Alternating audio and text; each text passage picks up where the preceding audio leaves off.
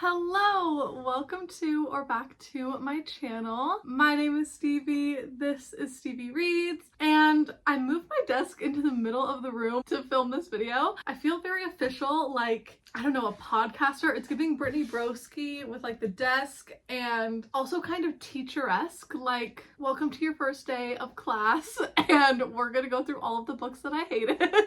Well, actually, I did split this up into multiple categories just so we can organize the UNHAUL a little bit, but this big giant stack is all one category of books that I have owned for a very long time that I'm no longer interested, so they are unread, never even attempted books. And you will see a theme that a lot of them are YA. Sometimes when I look at my shelves, I see a book and I'm like, do I ever really want to read that? Most of the time I look it up on Goodreads, I look at other people's reviews, and like, anyway, enough of an intro. This whole stack is unread. Book number one is Girls of Paper and Fire by Natasha Nian. This was so popular whenever it came out. I want to guess like 2017, 2018. Yep, 2018.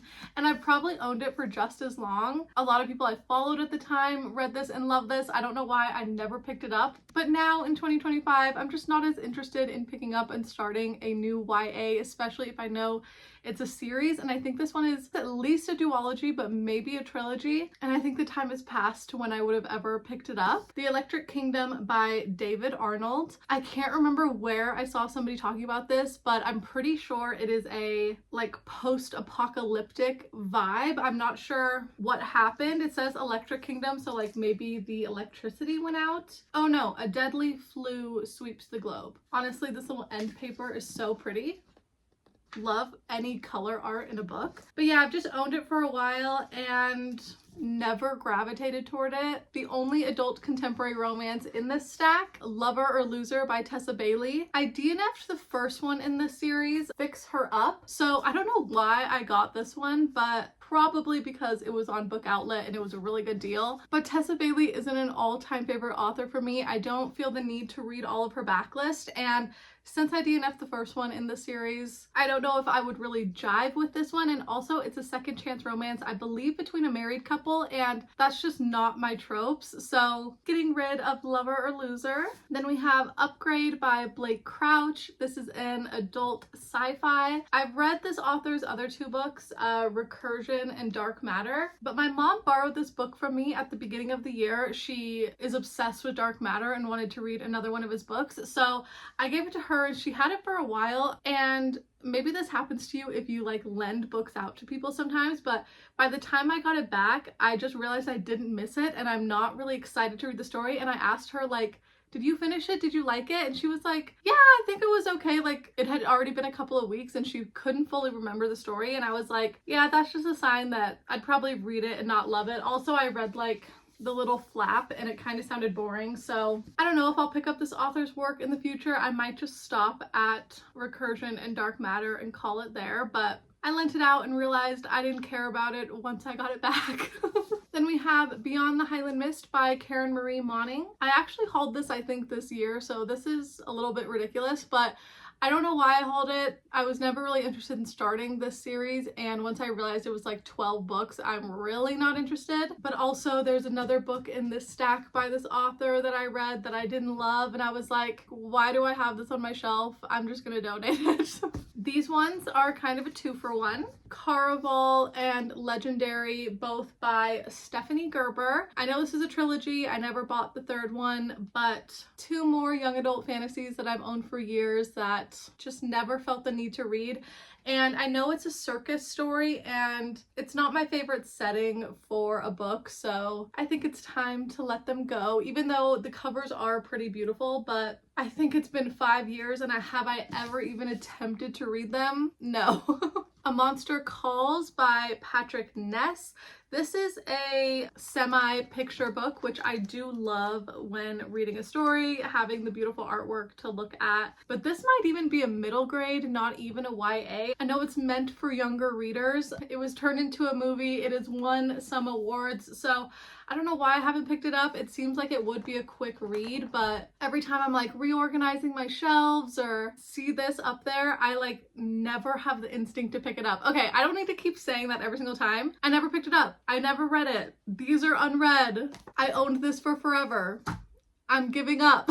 Same thing for these next two, The Strange Case of the Alchemist's Daughter and European Travels for the Monstrous Gentlewoman by Theodora Goss. These are a historical fiction, like murder mystery, I'm guessing. They give the same energy to me as the Veronica Speedwell series, which I read that first book and I'm kind of interested in continuing, but I'm not super in the mood all the time for a historical fiction murder mysteries. So whenever that mood does strike, I will probably continue in Veronica Speedwell, but I'm not committing to a YA trilogy at this ripe age of 27 right now. Next up is Crave by Tracy Wolff. This is a book that looks and sounds a lot like Twilight, so I hauled it thinking I would read it and just have like a fun campy time, but instead what I did was just read the entire Twilight series and live my best life, and you know, nothing's ever going to compare to that. I don't need the fake knockoff, and I just read all those books, so this doesn't seem very appealing right now.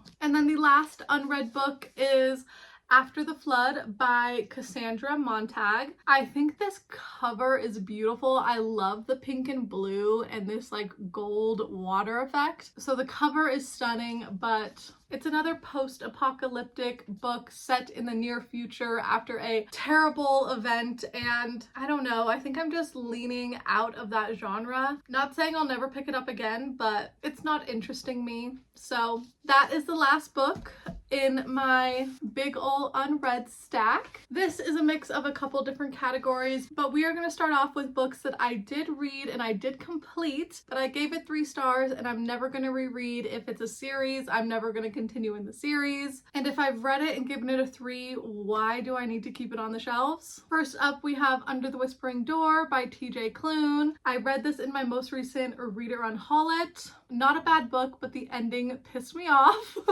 Silver Under Nightfall by Rin Shepeko. This was fun. It was a vampire story. Another cover that I am absolutely in love with, but it was okay and I don't want to pick up book 2. Indigo Ridge by Devney Perry. This is a contemporary romance. It's a small town romance, so easy read. It was fine, but I didn't really love the couple, and contemporary romance isn't a genre I reread a lot of, but I would definitely, absolutely never under any circumstances reread a 3-star contemporary romance.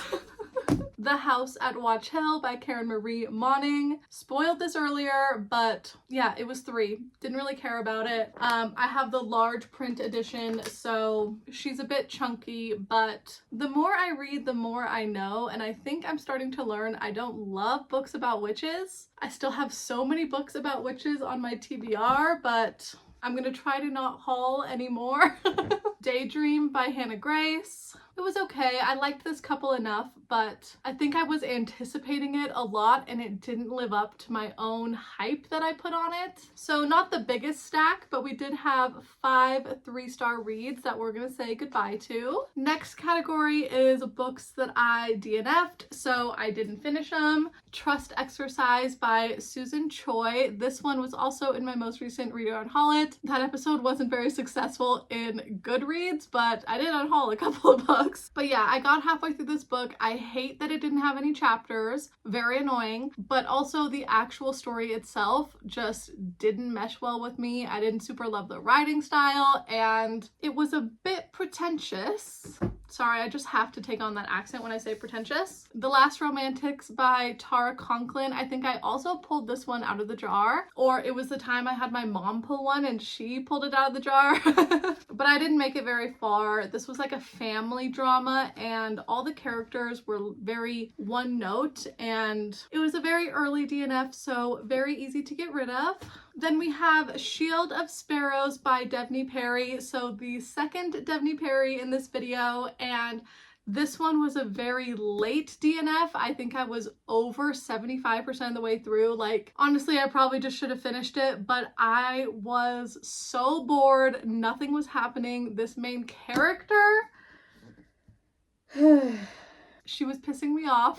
And I do have the beautiful first edition sprayed edge version that on the video I read this in, I think Amber commented, yeah, Amber, that she wanted my copy. So normally I just donate all my books, and I am gonna donate the rest of these, but this was a special edition she really wanted, so I'm gonna send this over to Amber. Then we have Semiosis by Sue Burke. This is an adult sci-fi that I bought at a used thrift store, so it looks super old, but I think I've only had it for the last like 2 or 3 years. Also a very early DNF. I think I read 1 chapter and I hated this writing style. It was like 40 pages or something was the first chapter, and you met like 50 people. I swear to God, it was so many characters, and I immediately was like, I can't do this. I'm out.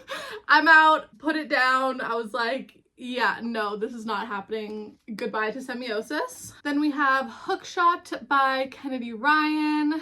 I DNF'd this after like 150 pages. It's a chunkier romance, so I was probably like 1/4 of the way through. This is the 4th Kennedy Ryan book I've either read or attempted to read, and I have unhauled all 4 of them, so I don't think that she is the author for me. I do still have 2 more Kennedy Ryans on my shelf. I bought them all before I think I read even one of her books, so stupid on my part, but DNF'd very early. 4th Kennedy Ryan I'm getting rid of, and just insane. But yeah, goodbye to Hookshot. Sad because it's white and pink and so cute, but did not love.